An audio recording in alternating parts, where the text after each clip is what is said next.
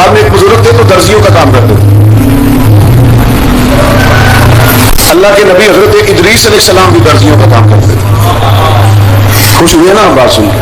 پیشہ کوئی بھی برا نہیں. ایک برا ہے وہ ہے ہاتھ پھیلانا.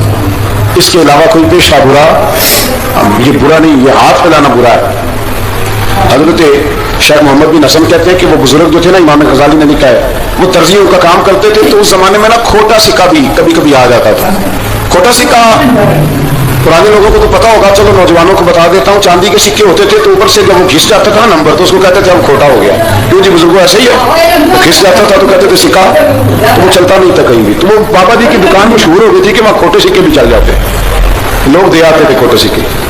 بہت سارے لوگ دے دیتے, بابا جی چپ کر کے قبول کر لیتے. مشہور ہو گیا, جو بھی جاتا کھوٹے سکے دے آتا, بابا جی قبول کر لیتے. پھر شام کو نا گھوڑے پہ بیٹھ کے جاتے اور دریا میں بہا. ایک دن کچھ بندے کھوٹے سکے لے کے آ گئے تو بابا جی ابھی مصلی پہ نماز پڑھ رہے تھے, تو بیٹے نے کپڑے دیے تو کھوٹے سکے وصول کیے. تو وہ کھوٹے سکے دینے والا شخص کھوٹے سکے دے رہا تھا, تو بچہ کہنے لگا تم نے بڑی اچھا بیوقوف بنایا میرے ابا کو, کھوٹے سکے دے لے جاؤ.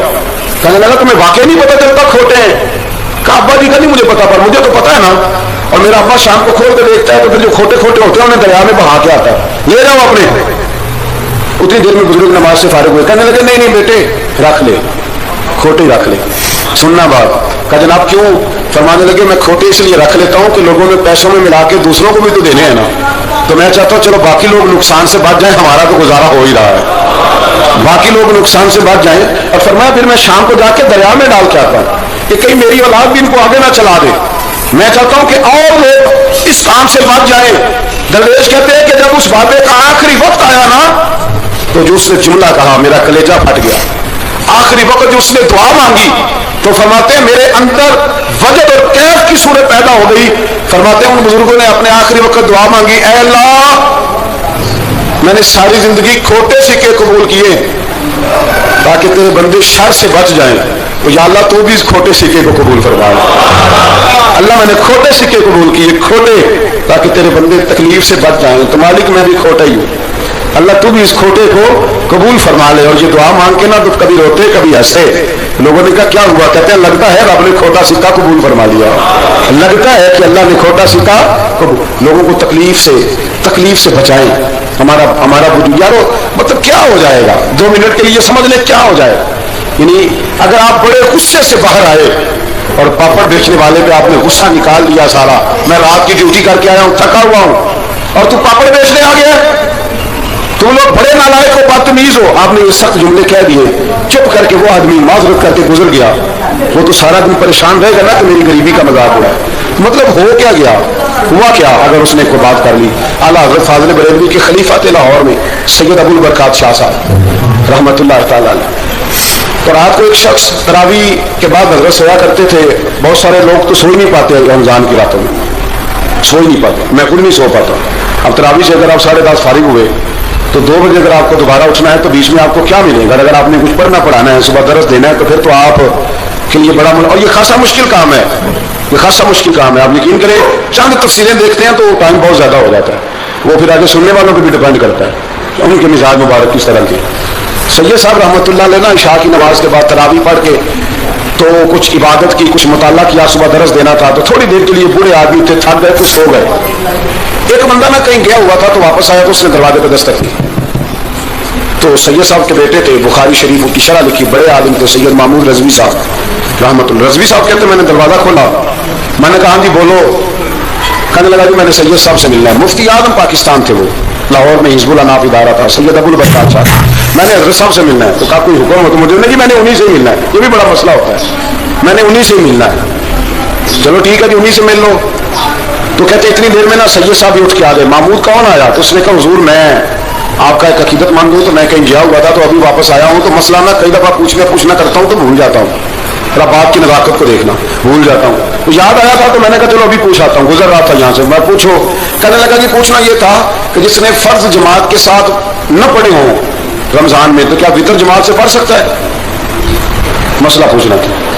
علامہ محمود رضوی صاحب کہتے ہیں مجھے بڑے غصہ آیا. میں نے کہا کہ پتہ نہیں کوئی اس وقت مشکل آ رہی ہے جو رات کو آیا ہے.